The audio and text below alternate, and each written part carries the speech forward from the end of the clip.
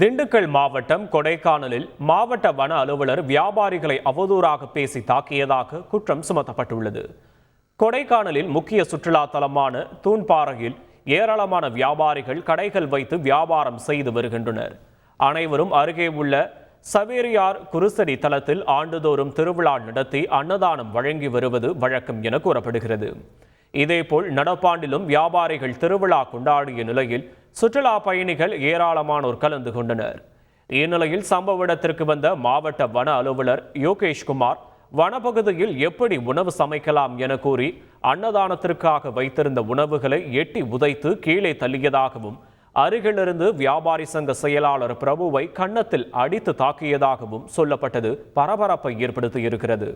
இது தொடர்பாக மாவட்ட வன அலுவலரை தொடர்பு கொண்டு கேட்டதற்கு எந்தவிதமான பதிலும் வரவில்லை என குற்றம் சுமத்தப்பட்டுள்ளது.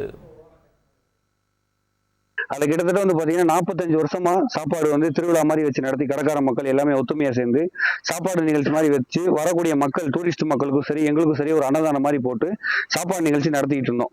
இதுல டிஎஃப்ஓ வந்தாரு, தகாத வார்த்தைகளை பேசிட்டு சாப்பாடு போட்டு இருந்த பேசன் எல்லாத்தையுமே எட்டி உதச்சிட்டு அசிங்கமா தகாத வார்த்தைகளை பேசிட்டு அங்க இருந்த பையனை அடிச்சிட்டாரு. இதுக்கு தகுந்த நடவடிக்கை எடுத்துறணும்னு சொல்லி நான் கேட்டுக்கிறேன். செய்திகளை உடனுக்குடன் தெரிந்து கொள்ள உடனே சப்ஸ்கிரைப் பண்ணுங்க.